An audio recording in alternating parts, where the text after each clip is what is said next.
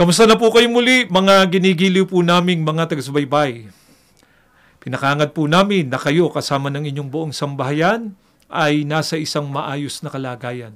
Ako po si kapatid na Jerry Lapira at ito po ang programang In Search of Truth. Samahan niyo po kami sa may kalahating oras ng gagawin nating makabuluhang pagtalakay. Sa unang bahagi po ng ating programa ay pakinggan at panoorin po muna natin ang kasaysayan ng pagkakatawag sa Iglesia ni Cristo ng isa naming kapatid mula po dyan sa lokal ng Bungabong sa distrito eklesyastiko ng Palayan City, Nueva Ecija. Siya po ay dating masiglang kaanib sa Iglesia Katolika at ang kanya pong propesyon ngayon ay isa siyang abogado. Ang tinutukoy po namin ay si kapatid na Joan Beverly Sales. Pakinggan at panoorin po natin ang aming binabanggit na interview.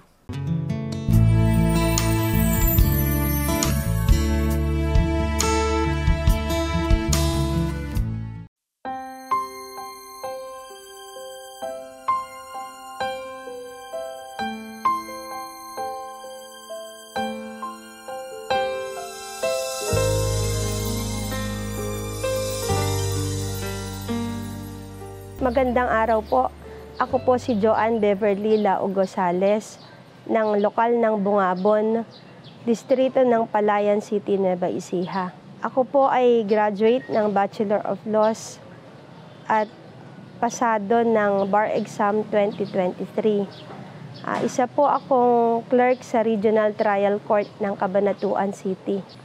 Ako po ay isang diakonesa. Ang aking asawa po ay si Angelito T. Sales at ang aking mga anak ay sila Jared Lex A. San Sales at Lexine Angel Sales. Sila po ay parehong mga awit ng pagsamba ng kabataan at kalihim din po ang aking panganay. Dati po akong Katoliko at tagalikom ng abuloy kapag may misa. Palagi din po ako noon na angel kapag may panuluyan, pagka magpapasko. Bilang magdadasal, hinubog po ako ng aking lola na palaging nagdadasal. Pagtungtong po ng alas 6 ay nagdadasal na kami sa aming altar sa bahay. At kabisado ko po yung mga dasal, mga misteryo ng hapis, mga luwalhati. Kaya po hinubog ako na maging masigla na Katoliko. Naalala ko po noon, pagkatapos ng eskwela, magkatapat lang po kasi yung eskwelahan namin at ang simbahan. Palagi na po kaming nakaluhod na nagdadasal mula sa dulo ng pintuan hanggang sa altar. Nabago po yung pagkakilala ko sa relihiyon nang maimbitahan po ako na makinig sa pagsamba ng Iglesia ni Cristo. Na may nag-imbita sa akin na kung pwede ako na makinig, tinry ko rin naman po na makinig at nabago nga po yung aking pananampalataya. Nung una po, pagka may nag-iimbita sa akin na Iglesia ni Cristo, ginagawa ko po ng paraan para hindi naman po talaga ako magpunta kasi ayaw ko po talaga. Hanggang sa dumating na rin po yung time na pinagbigyan ko po siya at nakinig nga po ako na dumalo po ako ng pagsamba. Nagulat po ako kasi iba po yung pagsamba na nakagawian ko sa Katoliko saka sa Iglesia ni Cristo. Yung comparison po malayo. Magkaiba yung upuan ng babae at saka ng lalaki. At tahimik po talaga. Walang nag-uusap at lahat po ay taimtim na nakikinig at nananalangin. Kumpara po sa nakagawian ko na maari ka namang mamili kung saan mo nanaisin na maupo. Nabago po ang aking pananaw sa pananampalataya nung masuri ko po na iba talaga yung mga nakagawian ko na paniniwala sa Iglesia ni Cristo. Sinusulat ko po yung mga naririnig ko na sinasabi ng ministro para pagdating ko po ng bahay, mache-check ko po kung tama po talaga yung mga talata ng Biblia na binabanggit niya po. Maraming beses po na ganun ang ginagawa ko hanggang sa nalaman ko po talaga at natutunan na totoo nga po talaga yung mga sinasabi ng ministro na base po talaga sa Biblia. Nung malaman ko po na totoo nga po at base sa Biblia ang lahat ng aral ng Iglesia ni Cristo, noon po ako nagdesisyon na ipagpatuloy na po ang pagdodoktrina. Yun po ay taong 2002. Ang mga aral po na napakinggan ko sa Iglesia ni Cristo na tumatak po talaga sa akin ay yung hindi po talaga tatlo ang Diyos. At ang Diyos po ay isa lamang at yun ay ang Ama. At wala po sa Biblia yung tatlong persona. Naunawaan ko rin po na ang Iglesia ni Cristo lamang po ang maliligtas. Kaya tinanggap ko ang katotohanan na yon ay dahil yun ang nakabase sa Biblia. Bilang nag-aaral ako ng law ng mga panahong iyon, naghahanap ako ng mga batayan o mga saligan kung bakit ko paniniwalaan ang mga aral na yon. Kung kaya't sinuri ko yon na napatunayan ko na yun talaga ang nakalagay sa Biblia. Nabautismuhan ako sa lokal ng San Mariano, San Antonio noong April 2, 2003. Nung araw ng bautismo ko, pakiramdam ko ay hindi na ako yung dating ako. Naramdaman ko na may panibagong pagkatao na naramdaman ko nung araw ng bautismo na yun. Nakinilala ko na napakalaking biyaya sa buhay ko na maging Iglesia ni Cristo ako at pinangangarap ko rin na habang buhay ako maging Iglesia ni Cristo at maibaon ko to hanggang sa kamatayan. Maraming bagay sa buhay ko yung hindi ko naramdaman noong araw bilang Katoliko kumpara sa ngayon. No? Ngayong Iglesia ni Cristo ako, wala akong bagay na hindi ko kayang pagtagumpayan, lalo na po sa mga aspeto ng problema at pagdadala ng buhay na ito. Malaki ang kinalaman ng panalangin at saka ng pagdalo sa pagsamba. Yung mga pagtuturo ng ka Eduardo V. Manalo na napapakinggan ko sa mga pagsamba ay nagsisilbing saligan sa pang-araw-araw kong buhay. Kaya may papangako ko sa Panginoon na lahat ng kung ano mang meron ako o matanggap ko ay ihahandog ko rin po sa Kanya. At magpapatuloy po ako sa kasiglahan ng paglilingkod sa Iglesia ni Cristo hanggat ako'y may buhay. Ako po si kapatid na Joan Beverly Lao Gozales at ikinararangal ko po na ako ay Iglesia ni Cristo. Ang napanood at napakinggan po natin ay ang aming sinagawang interview kay kapatid na Joan Beverly Sales. Siya po ay mula dyan sa lokal ng Iglesia ni Cristo sa Bungabon, sa Distrito Eklesyastiko ng Palayan City, Nueva Ecija. At sa aming pong pagbabalik ay isasagawa na po natin ang pag-aaral ng mga salita ng ating Panginoong Diyos. Huwag po kayong bibitiw. Magbabalik po ang programang ito. Magpapakilala lamang po ang aming himpilan.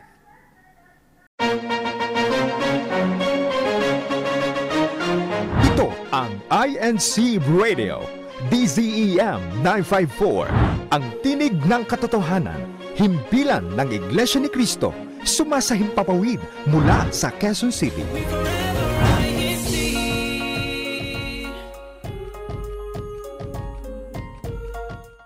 Nagbabalik po ang programang ito, ang In Search of Truth. At sa pagkakataong ito ay ipinaabot po namin ang aming pagbati sa lahat ng aming mga kapatid sa Iglesia ni Cristo na nasa iba't ibang panig ng mundo.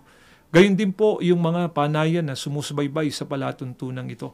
Si kapatid na Joan po, gaya ng kanyang binanggit kanina, siya ay dating masiglang kaanib sa Iglesia Katolika. Pinalaki siya ng kanyang mga lolo't lola at mga magulang na maging madasalin sa lahat ng mga aktibidad noon sa Iglesia Katolika, buong kasiglahan na siya ay lumalahok sa pag-aakala niya na ang kanyang mga ginagawa noon tama at maghahatid sa kanya sa pagtatamo ng kaligtasan pagdating ng araw ng paghukom. Subalit, Nabago po ang kanyang pananaw ukol sa reliyon nang pagbigyan niya yung paanyaya ng kapatid namin sa Iglesia ni Cristo na siya ay makapakinig sa pangangaral ng Iglesia ni Cristo. Ang una po niyang dinaluhang pagtitipon ng Iglesia ni Cristo ay ang aming isinasagawang pagsambang kongregasyonal. At sa unang pagkakataon na siya ay nakadalo sa pagsambang kongregasyonal ng Iglesia ni Cristo, namanghaan niya siya. Nakita niya ang malaking pagkakaiba ng pagsambang isinasagawa ng Iglesia ni Cristo sa kinagisnan niyang pagsamba sa Iglesia Katolika. Ang pagsamba sa Iglesia ni Cristo ay solemne. At higit sa lahat na nakatawag sa kanya ng pansin, sa ginagawang pagtuturo at pangangaral ng Iglesia ni Cristo, ang tanging pinagbabatayan lamang ay walang iba kundi ang Biblia. Kaya, ipinagpatuloy niya ang pagsusuri niya sa Iglesia ni Cristo. Sa kanyang ginawang pakikinig, nakilala niya sino ang tunay na Diyos na dapat niyang sambahin at paglingkuran. At dahil sa naunawaan nga po ni kapatid na Joan na nandito sa Iglesia ni Cristo ang kanyang kaligtasan, nangako siya na anuman ang mangyari, hindi siya aalis dito sa Iglesia ni Cristo at pagdating ng araw ng paghuhukom, anumang oras, anumang araw dumating, ang ating Panginoong Sukristo, pagka siya'y nakapanindigan na natili sa Iglesia ni Cristo, natitiyak niya, kabilang siya sa magiging mapalad at magtatamo ng kaligtasan at ng buhay na walang hanggan pagdating po ng araw ng paghukom. Sa Biblia po, ay mayroong mga tao na tinitiyak ang ating Panginoong Sukristo na magtatamo ng kaligtasan. Ang katunayan, sila po ay pinaghahanda pa ng ating Panginoong Sukristo para nga sila ay makatiyak ng pagtatamo ng kaligtasan. Ano po ang katunayan nito? Pakinggan ninyo. At ganito ang mababasa nating nakasulat dito po sa Lucas 21, mga talata po'y 29 hanggang 31. Pagkatapos sinabi niya ang talinhagang ito, "Masdan ninyo ang puno ng igos at ang ibang punong kahoy.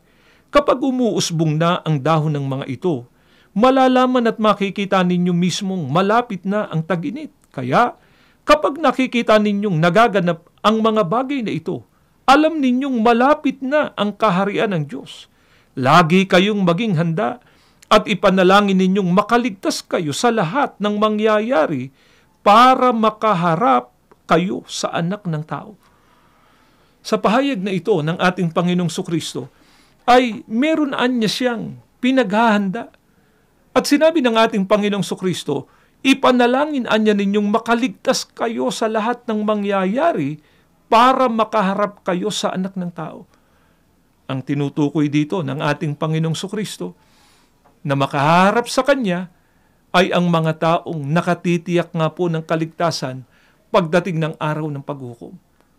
Ano ang ibinili ng ating Panginoong Sukristo? Ang sabi niya, kapag niya nakikita ninyong nagaganap ang mga bagay na ito, alam niya ninyong malapit na ang kaharian ng Diyos o ang araw ng paghukom. Ano po ba itong makikita na mangyayari at magaganap na ang sabi ng ating Panginoong Sukristo sa kanyang mga kausap, dapat anyang maging handa para makatiyak na makaharap sa Kanya o makatiyak ng kaligtasan pagdating ng araw ng paghukom. Dito pa rin po sa Lucas, sa 21, ang talata naman po ay 11. At magkakaroon kapwa ng malalakas na lindol sa iba't ibang dako at mga salot at mga tagutom. Magkakaroon kapwa ng mga bagay na kakilakilabot at mga dakilang tanda mula sa langit. Ano po yung tandang makikita? Na kapag nakikita na yon, ang sabi sa kausap ng ating Panginoong Sukristo, ay dapat na anyang maghanda para makatiyak ng kaligtasan. Ang sabi po ng ating Panginoong Sukristo, magkakaroon anya ng kapwa malalakas na lindol sa iba't ibang mga dako. Sa ating pong panahon, nakikita nating nagaganap ang sinabing ito ng ating Panginoong Sukristo. Yung pong malalakas na paglindol na nagaganap ngayon sa iba't ibang panig ng mundo, ano pong ibinabadya niyan? Malapit na ang araw ng paghukom. Ano pa? Magkakaroon niya ng mga salot at matinding tagutom. Pagka nakita na natin yan, ayon sa ating Panginoong Sukristo, malapit na siyang dumating. Kaya itong panahon na ating kinalalagyan ngayon, panahon na malapit na po ang araw ng paghukom. Ano ang itinatagubili ng ating Panginoong Sukristo sa mga taong kausap niya? Lagi anyang maging handa para makatiyak ng pagtatamo ng kaligtasan. Sino po kaya ang pinaghahanda dito ng ating Panginoong Sukristo na mga taong tiyak ang kanilang kaligtasan? Hindi po tayo ang sasagot niyan, kundi ang banal na kasulatan. Pakinggan ninyo, dito po sa Aklat po ng mga awit, sa 28 ang talata po ay 8. Pakinggan ninyo at ganito ang pagtuturo sa atin ng banal na kasulatan. Ang Panginoon ng kalakasan ng kanyang bayan, ang muog ng kaligtasan para sa kanyang hinirang.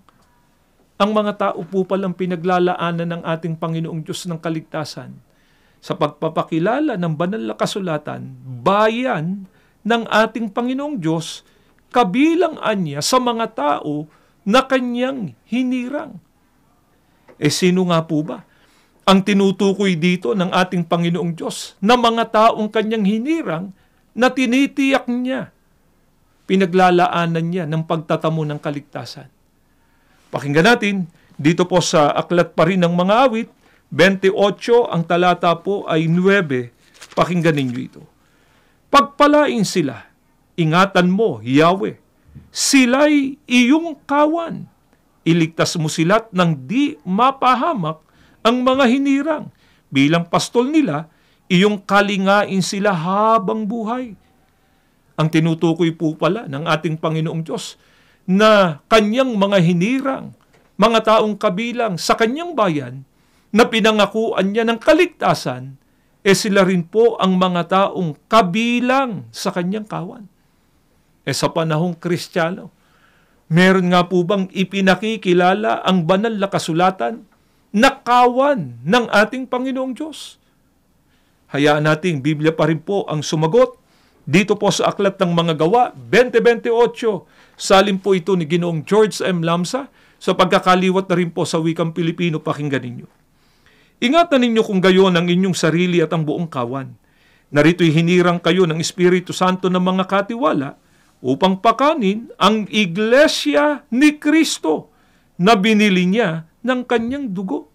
Sa panahong Kristiyano, ang ipinakikilala po ng banal na kasulatan na kawan ng ating Panginoong Diyos ay walang iba kundi ang iglesia ni Kristo.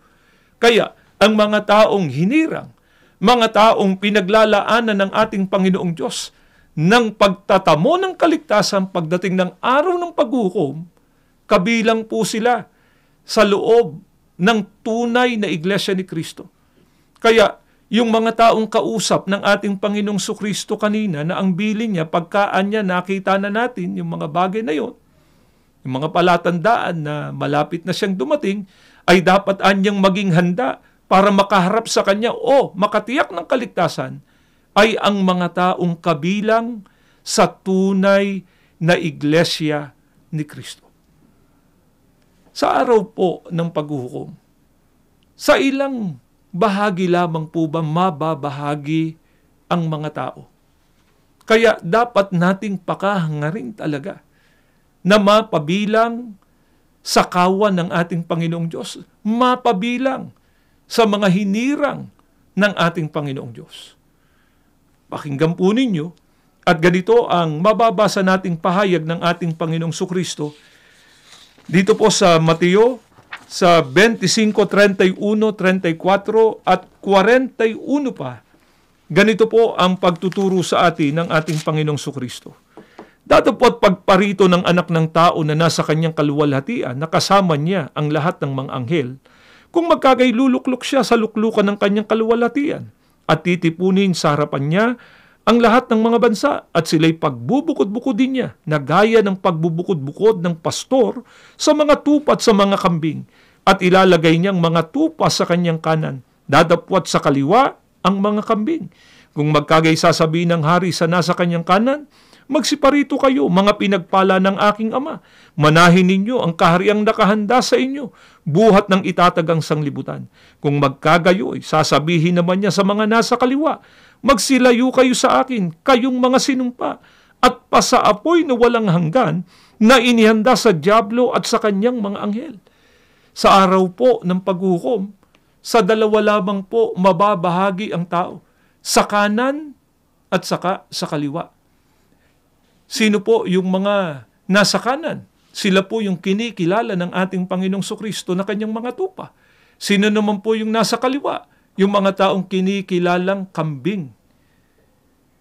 Ano po ang kahalagahan na mapabilang ang tao sa kinikilalang tupa ng ating Panginoong Hesukristo? Sila po ang papapasukin sa kaharian ng ating Panginoong Diyos o sila po yung maliligtas pagdating ng araw ng paghuhukom. Samantalang yung mga nasa kaliwa na kambing, silaan niya yung ipagtatabuyan at sila yung ibubulid doon po sa apoy o sa dagatang apoy pagdating po ng araw ng paghuhukom. Kaya, dalawa lamang po ang pwedeng kabilangan ng tao. Yung siya ay maligtas o yung siya ay mapahamak. Mga mahal po naming mga taga-subaybay, kung kayo po ang aming tatanungin, saan niyo po gustong mapabilang? E tiyak po naman, ang isasagot ninyo sa amin doon sa mga taong magiging mapalad, sa mga kinikilala ni Kristong kanyang mga tupa na paglalaanan ng buhay na walang hanggan sapagkat sila'y makapapasok doon sa kaharian ng langit o sa bayang banal. Kaya dapat po tiyakin ng tao, kabilang siya doon sa kinikilala ng ating Panginoong Sukristo na kanyang mga tupa. E paano po ba natin makikilala ang mga taong ang pagpapakilala ng ating Panginoong Sukristo ay kanyang mga tupa? Hayaan nating Biblia po ang sumagot dito po sa 1, sa Gs ang talata po ay 3. Ganito ang maliwanag na mababasa natin. Binubuksan siya ng bantay pinto at dinirinig ng mga tupa ang kanyang tinig. Tinatawag ang kanyang sariling mga tupa sa pangalan at sila'y inihahatid sa labas. Ayon sa ating Panginoong Sukristo, ang kinikilala niyang kanyang mga tupa, tinatawagan niya ang kanyang sariling mga tupa sa pangalan. E sa kanino nga po bang pangalan? Tinatawag ang mga tupa ng ating Panginoong Sukristo. Dito po sa Santiago 2:7 ng isang sali ng Bibliang Ingles sa pagkakaliwat na po sa wikang Pilipino natin basahin, pakinggan natin ito.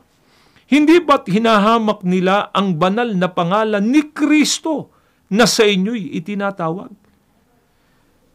Ang may pahayag po nito ay si Apostol Santiago. Sino po ang kausap niya?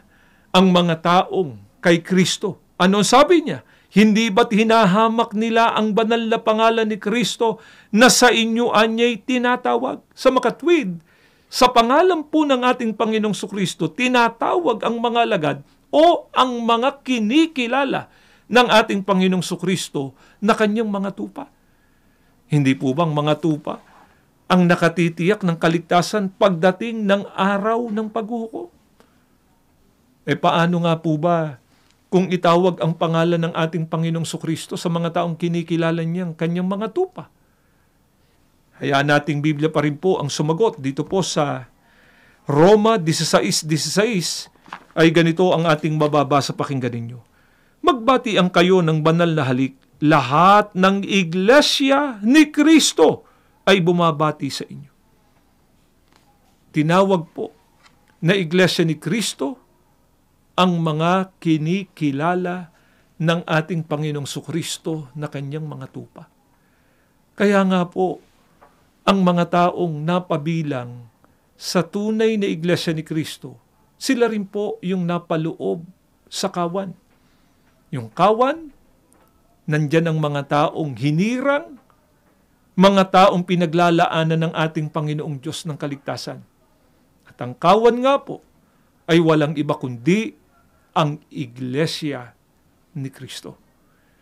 Kaya nga po, sa ginawang pakikinig at pagsusuri ni kapatid na Joan Beverly Sales, ang sabi nga niya ay bilang isang abogado niya, ayaw niyang madaya Ayaw niyang magkamali ng gagawin niyang pagpapasya, lalong-lalo na sa pagpili ng reliyon. Kaya tiniyak niya na sa kanyang gagawing pagpapasya, tama ang kanyang pinagbatayan. Ang pinagbatayan niya sa kanyang ginawang pagpapasya ay ang mga katotohanang nakasulat dito sa Biblia. Naunawaan niya at lubos niyang sinampalatayanan. Nakasulat sa banal na kasulatan ng mga taong nakatitiyak ng kaligtasan pagdating ng araw ng paghukom. Nasa loob sila ng tunay na Iglesia ni Cristo. Dahil nga po doon, nagawa niyang itakwil yung nauna niyang paniniwala. Tinakwil din niya yung dati niyang reliyon, ang Iglesia Katolika, at siya'y umanib sa Iglesia ni Cristo. At si kapatid na Joan po ay meron ding paanyaya sa mga nakikinig at sumusubaybay ngayon na hindi pa kaanib sa Iglesia ni Cristo. Pakinggan at panoorin po natin ang kanyang paanyaya.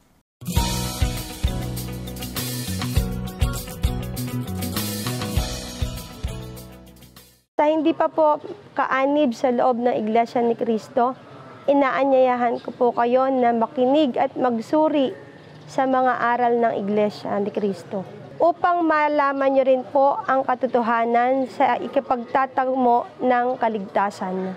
Nawa po ay nakatulong ang ginawa naming paglalahad na ito ng mga salita ng ating Panginoong Diyos at loobin nawa ng ating Panginoong Diyos na bago dumating ang kawakasan o ang araw ng paghukom ay kahabagan ng ating Panginoong Diyos na magkasama-sama na rin po tayong lahat dito po sa Iglesia ni Cristo. Bago po tayo magtapos, ay inaanyayahan namin kayo sa isang panalangin. Panginoon na aming Diyos, salamat po ng napakarami sa iyo sa pag-ibig at pagmamahal mo sa mga tao na iyong nilalang. Na pagdating ng araw ng paghukom, hinahangad mo po na magtamo kaming lahat ng pangako mong kaligtasan. Kaya naman po sa pamamagitan ng palatuntunang ito, nahayag ang iyong mga kalooban, mga kautusan mo na dapat napakinggan at sampalatayanan ng mga tao na ang pag-anib sa tunay na Iglesia ni Cristo ay kailangang gawin ng tao para makatiyak ng pagtatamo ng kaligtasan. Maawa ka nawa po sa mga nakikinig na hindi pa kaanib sa Iglesia ni Cristo. Nawa po sa pamamagitan ng mga katotohanan ng kanilang napapakinggan, naway makapagpasya na rin sila na pumasok sa loob ng Iglesia ni Cristo. Panginoong Hesukristo, lumalapit po kami sa iyo. Kaawaan mo kaming ipamagitan sa aming mga panalangin at patuloy na pagpalain ang lahat ng iyong mga hinirang. Ama, sa muli naming paglapit, di namin makakalimutang ipanalangin ang kapatid na Eduardo Manalo. Patuloy na ingatan ang aming pinakamamahal na kapatid, alang-alang sa ginagawa po nilang pangunguna sa kabuuan ng iyong iglesia. Ang lahat, mag-alang na po naming ipinakikiusap sa pangalan po ng aming tagapagligtas na si Kristo Jesus. Amen.